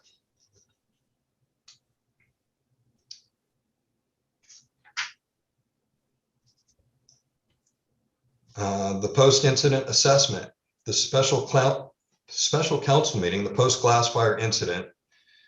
City Council held a community forum on December 7th to receive feedback on the glass fire incident response, including what worked well, opportunities for improvement, and to identify solutions for future disaster mitigation. Most of the comments revolved around the city's Vineyard Valley residents, who could actively see flames from their homes and were confused as to why they were not placed under a mandatory evacuation. Below are the community questions that arose from that meeting. What are the criteria for an evacuation warning and a mandatory evacuation? These questions were answered at the time, and I'll answer them again. An evacuation warning is a possible threat to life and property. A mandatory evacuation is when there's an imminent threat to life and property. Next question is why weren't the high and low sirens activated? The high and low sirens were activated in the mandatory evacuated areas only. That's the only time that those sirens will be utilized. Could fire, police, and city clearly state if there is a civic duty and or responsibility going forward toward the senior citizens at Vineyard Valley? First and foremost, we're all responsible for our own safety.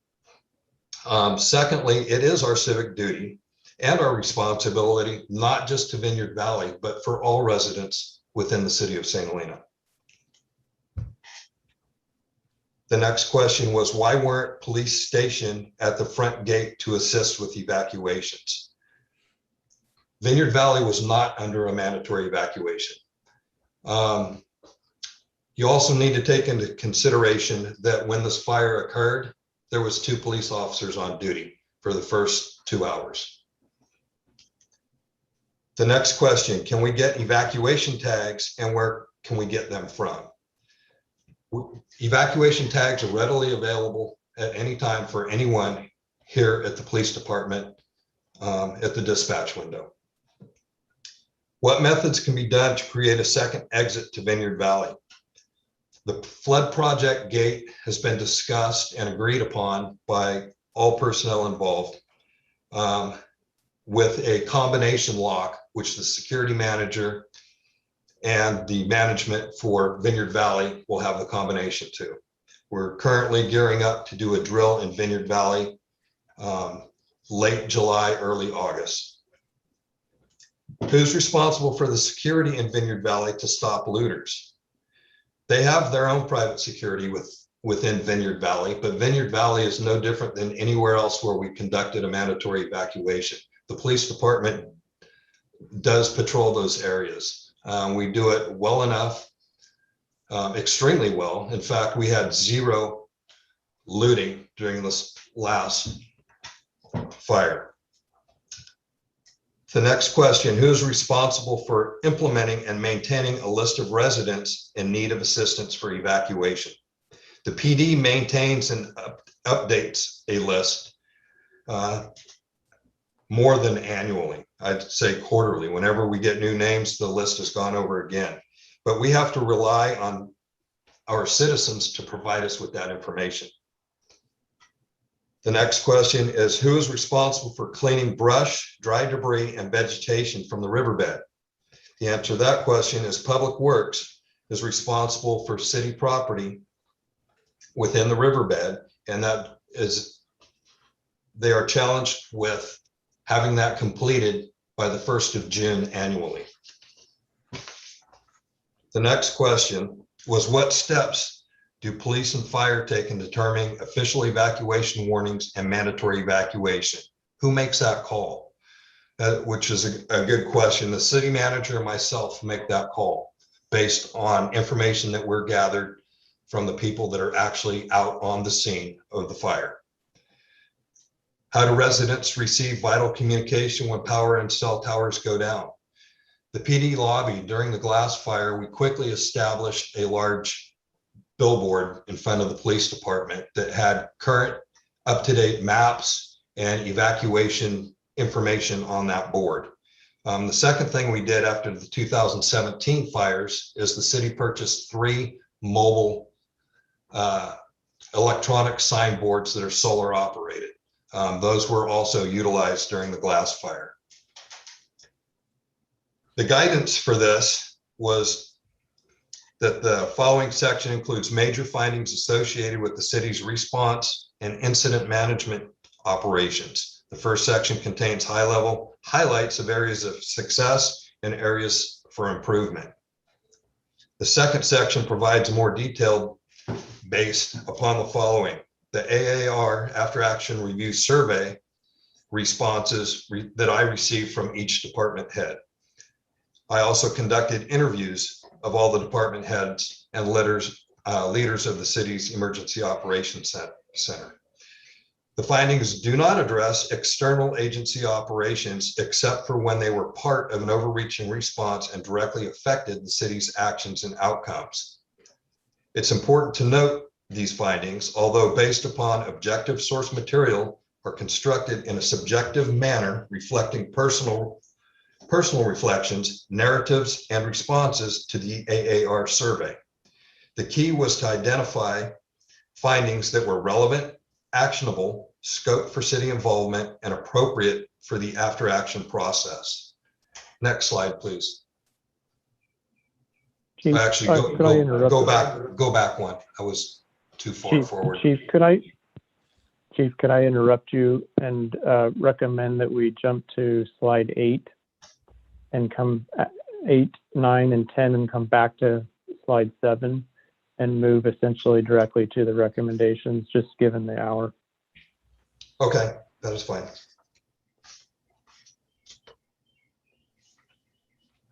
After the 2017 Napa Sonoma County fire, there was an AAR completed. The recommendations, it was completed in 2018 with the following recommendations. The recommendations were that we had 3 days worth of emergency rations. That's been completed. And this was completed prior to the glass fire. Establish charging stations in various locations. That was completed prior to the glass fire as well. And it was completed during our very first public safety power shutoff. Purchase of additional satellite phones for essential staff members. That was completed as well. And all department heads have a personal satellite phone for communication should our cell towers go down. Purchase a large format plotter to assist with map generation. Planning department currently has that plotter and had it prior to the glass fire. Procure a fixed generator for the library. The city received grant money to get a generator over at the library. That was just recently completed. Procure 2 mobile emergency generators to assist with the water system pumping. That was completed prior to the glass fire. Install a fuel pumping station with at least 250-gallon holding tank for the corporation yard. That was also completed prior to the glass fire. Purchase at least 3 mobile programmable signboards. That was also completed before the glass fire and came in extremely handy. Develop alternate means of broadcasting mass messaging if the power is down. That was completed as well. And again, these were the recommendations that came out of the 2018 after action report for the 2017 Napa and Sonoma fires. Next slide, please. Improvement recommendations were developed resulting from both survey responses and comments arising during the interviews. Although not all conclusive, the recommendations serve to highlight general focused areas of improvement to guide city departments in enhancing internal disaster and emergency preparedness. Next slide, please. These are the recommendations that came out of the glass fire after action report. And this is the meat and potatoes that everybody's been waiting for. City manager, fire chief, and police chief review, update, provide the city council with the emergency operations plan annually each spring. Public Works Director establish and publish brush clearing procedures for the riverbeds, creek beds, parks, and other public areas within the city to be completed by June 1st annually. Fire department conduct annual physical inspections preceding June 1st of residential defensible space and city-owned property to mitigate potential fire hazards. Police chief and fire chief conduct an annual community forum to address emergency preparedness prior to fire season. Chief Sorensen and I are scheduled on the 28th to give a presentation at Vineyard Valley that's open to the entire community. It's currently scheduled for July 28th at 6 p.m. The police department conduct biannual evacuation training or drills for sensitive areas of the community, including Vineyard Valley, Silverado Orchards, and Woodbridge. Next slide, please.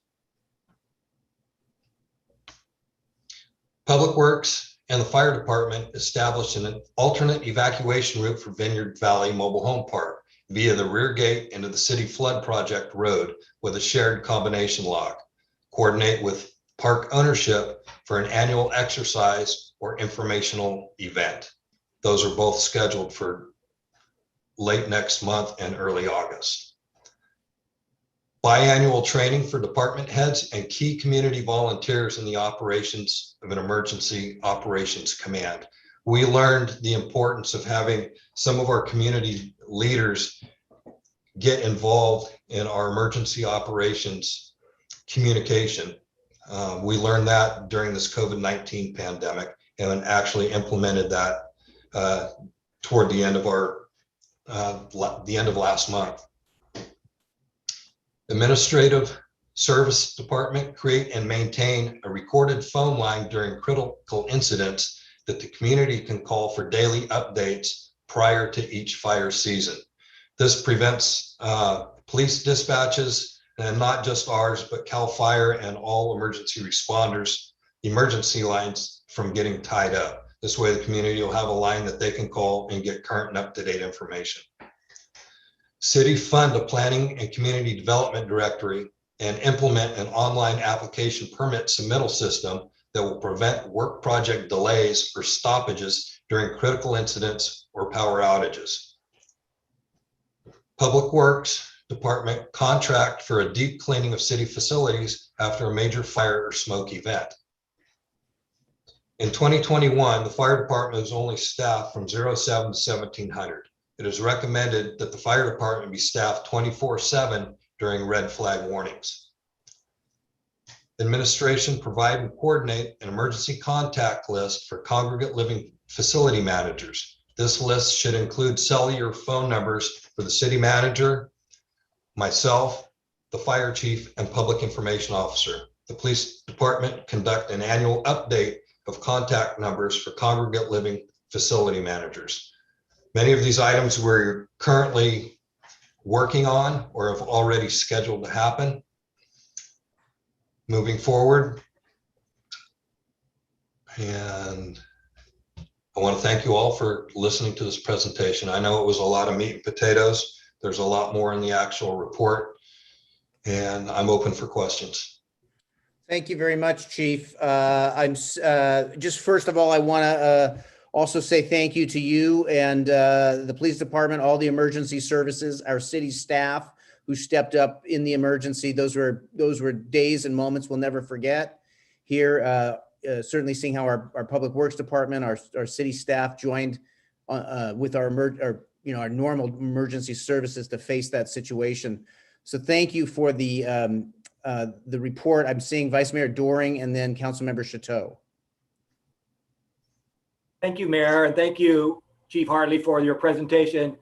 Depending on time, we may want to go back and cover some things that you had to skip over due to pressing time here. One issue that is top of mind and extremely important to me, obviously, is the college lease and the move of city operations to the college. And I want to get some comfort zone there that our staff have sufficiently evaluated the risks associated with using that space in terms of the need for generators, access to water, ingress and egress. If we have not studied that yet, will we be sort of focusing on that in a preventative way so that we're prepared, because we're putting a lot of people over there and I want to make sure that our staff and the public is protected and safe. Could you respond to that briefly? And then I have another question on another subject. Correct. We're currently working, with the designers and with PREA as far as the police department goes, and being able to provide the same amount of response that we do now as far as getting in and out of the facility. The challenges I do not see will be any greater than what they are now. Naturally, it appears as though our only way in and out is Pope Street. In an emergency situation, we can also get out through the rear. Okay, maybe the manager wants to comment on that but I have otherwise. But I have another question with respect to the alternative evacuation route at Vineyard Valley. Yes. I guess just my concern maybe is misguided, but my just intuition is it's probably not a good idea to have a lot of seniors in the middle of the night driving their own vehicles on that road. And I'm wondering, is the plan that folks would be put into a bus or other vehicle and driven out of that access? I hope that's the answer, but you can talk me into something otherwise, but I'm concerned about a lot of folks getting onto that access road. It may not be the safest road for folks doing that on their own. I understand your question totally. You have to realize that the Vineyard Valley Mobile Home Park is going to be split in half, depending on the location of the fire, of course, or any other emergency, whether it's an earthquake or a flood. One, if it's nighttime, a concern would be the lighting. We would use flares, and we currently have LED lighting that can light the roadway for them to get in and out of. The other half would go out Pope Valley, and depending on whether they were heading east or west, we'd close off that road. So it would be one way only on Pope Street until the people were evacuated. The last part of your question is if we did have to do an evacuation for those people that cannot self-evacuate or do not have somebody to help them evacuate, the county is very good about having us having designated buses, which we did have in place during the glass fire at a pre-designated safe location that could respond to assist with the evacuations upon our call. Thank you. One final question, and I'll defer to Councilmember Chateau. With respect to those folks in our community who may need some special assistance, maybe they're bedridden or whatever it is, and I know you rely on our citizens to produce that information so that you can update the list. If you can just take a moment to explain to me how the list is developed. Does somebody just call in and say, here's my information? Or do we have, like, on our website a form that folks can fill out? I want to make that as user-friendly and easy as possible for folks, and I want us to give some thought about that. What is the current practice? The current practice is a family member or a person themselves would call and let us know. If we put something down on a documented piece of paper, there's a lot of HIPAA information that's collected, and we are not allowed to collect that information. PG&E has a separate list, and they will also, during an emergency, give us information on who needs help. But that is how our lists are currently operated and maintained. There's a lot of privacy. About that. I think we can improve that system, obviously staying within the mandate of law, HIPAA and others. I think we can do better there. We'll have that conversation offline with the manager. Thank you. I'll defer to Councilmember Chateau. Thank you. Thank you so much. Thank you for this report. It was great. It was very thorough. My question is, was it unusual to only have the 2 police officers on staff when the fire hit? And is there anything else that happens now during red flag warnings or anything else? Currently, I'll make sure I wasn't muted. Currently, it would not be unusual to just have 2 officers on. We're currently not fully staffed, and there's always somebody out on vacation or paternity leave or whatnot. Our ideal staffing is 1 supervisor with 2 officers on shift. That is constantly interrupted. And we've had a lot of other challenges as well, but that particular night, there was only 2 officers on. And then, thank you. My other question is about the EOC that's in Santa Rosa. Why would that be set up in Santa Rosa? Can you talk about that instead of in the county? Yes. The reason for that was CAL FIRE were one of the first ones on scene, and the EOC in the middle of the night was actually a back of a pickup truck bed.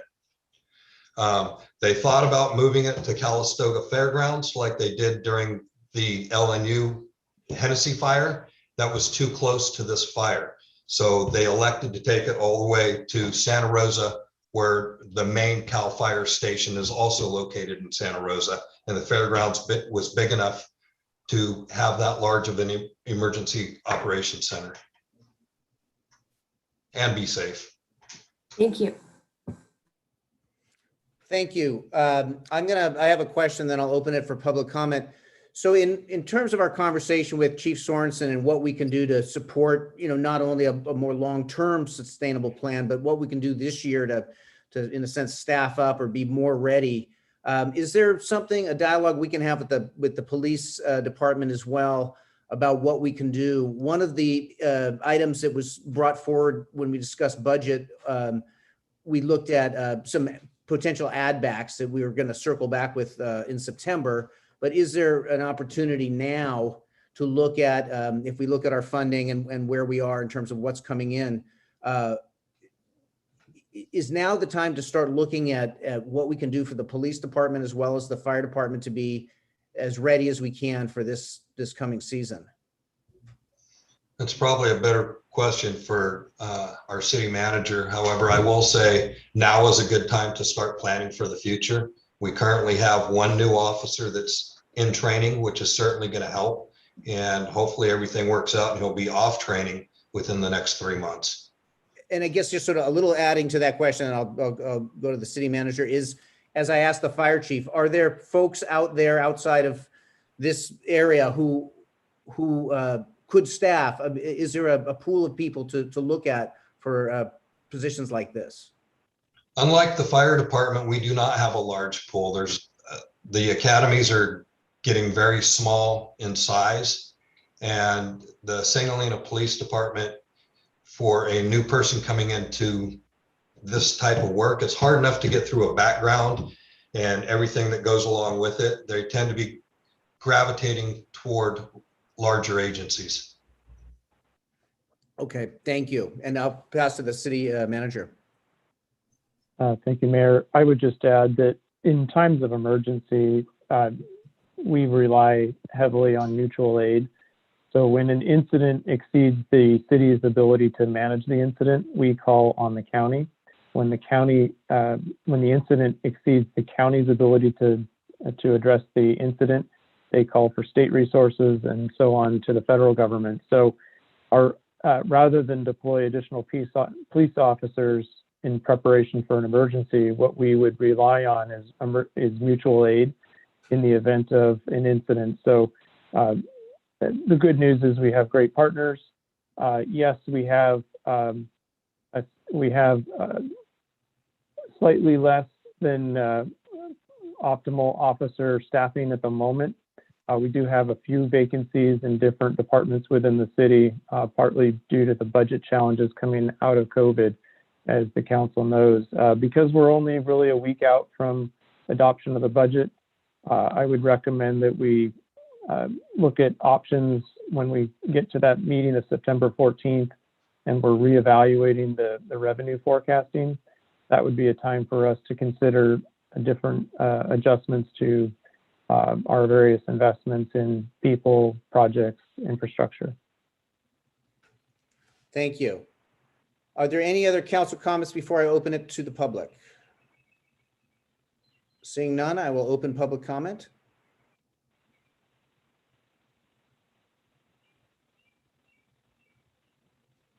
I do not see any public comment at this time. Okay, we'll bring it back to the council. And so this is a presentation we've been, really wanting to hear and see, and really appreciate the amount of information here to go over.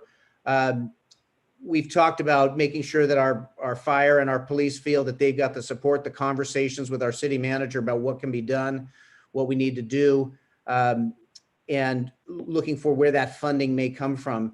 Mr. Prestwich, any next steps here that you've got the direction, you feel you've got the direction for? The after action report, we're classifying that as essentially a receive and file report. Obviously happy to answer questions about it. I think the big takeaways for this particular report and what I hope reinforces our perspective that we're better prepared today than we were just literally a couple of months ago, is that a lot of city staff time was invested in procuring equipment that today we own. Generators, for example, we in the past had to wait for those. We had to procure them during the emergency.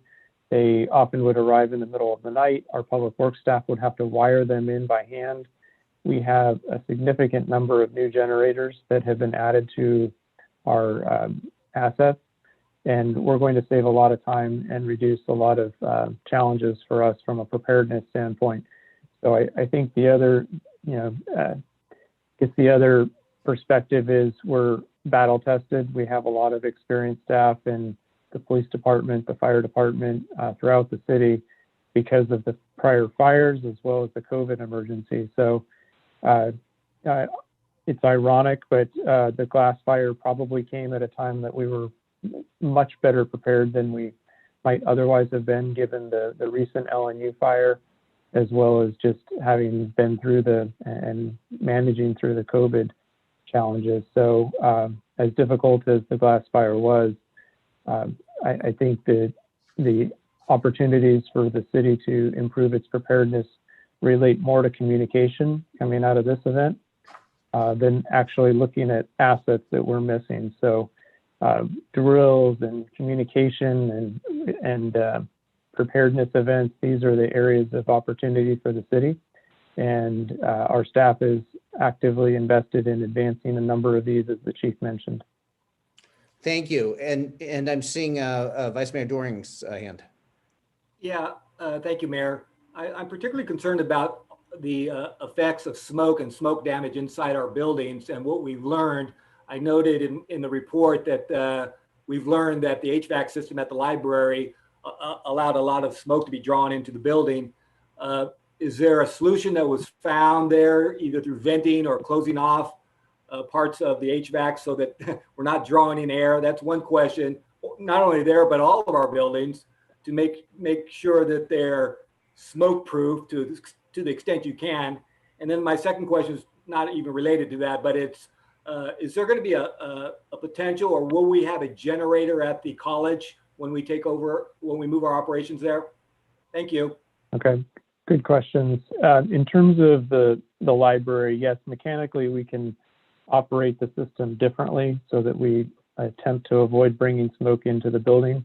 All of our buildings are not new, and it doesn't surprise me. I was in a building that was probably about 10 years old in a heavy smoke event a few years ago, and the particles are so small that they find their way into the building. And it was the first time I ever felt my lungs inflate and deflate. The firefighters probably are much more accustomed to being in those challenging conditions, but our buildings, because they're old, they're going to be more difficult to keep the smoke out. The city did clean all of its buildings after the event, and the library in particular had such a nice deep cleaning that it's the takeaway for us is not only is that something that's very important after a fire, it's also a best practice that we should build into our budget every couple of years. So we're committed to wanting to build that type of an investment in longer term.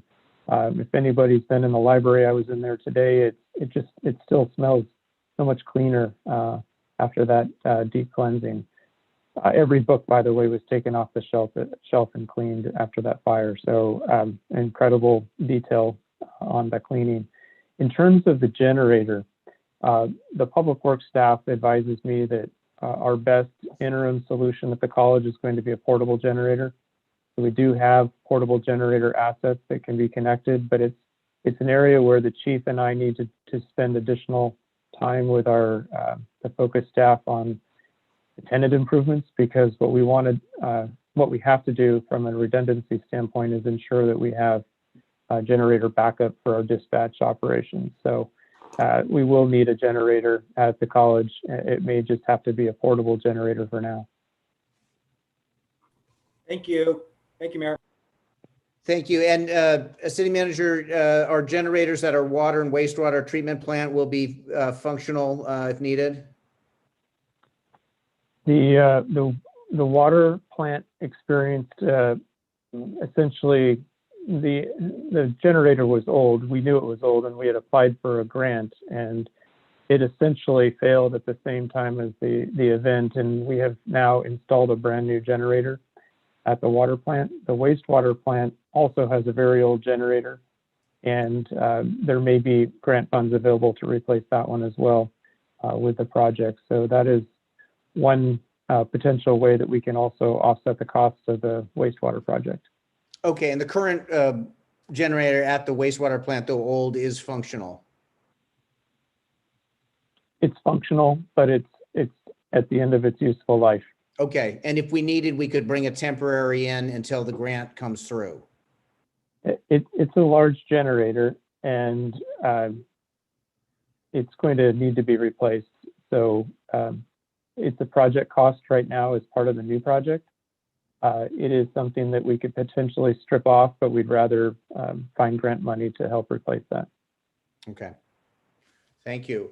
Are there any additional council comments or questions at this point? I'm seeing Councilmember Hall. Thank you. Mark, how much is that generator? I believe it's about $750,000. Okay. Thank you. Thank you. Additional council comment or questions? Before we adjourn, I'm just going to mention, as we do this work internally with the city, with our operations, it's also the continuing message with our community in terms of this culture of preparedness and making sure systems are working efficiently in homes. We talk about our home hardening, our go bags, all the things we're doing in the community. I had to make an unfortunate phone call the other day. Somebody drove by me with a cigarette out the window, and I had to make a phone call to remind folks that we've got to think differently. One spark at the wrong time in the wrong place can change everything for everybody. And so that's a message I think we need to keep getting out there to our community. We're in a different era of potential wildfire. And so rethinking things like tiki torches, barbecues, how we do what we do, we must approach this differently than we have in the past. So just a reminder that this is a new time, a new era. And if we all stay focused and work together, we can be as prepared as possible and limit our exposure as much as possible. And also just, recognizing with the 4th of July coming up, we've, as cities in the northern part of the valley, have made the commitment not to have fireworks demonstrations. That's a big change, but we can still celebrate 4th of July, Independence Day in different ways that recognize how important that day is to us. So with that, just want to thank everybody, thank our staff, both chiefs, the departments, all the work and the focus. And as we move forward, we'll get as sharp and efficient as we can. So thank you. And we'll adjourn the meeting and see you all at the next meeting. Hope you feel better, Anna. Thank you. Good sleep. Okay, thank you. Good night. Bye. Thank you, everybody.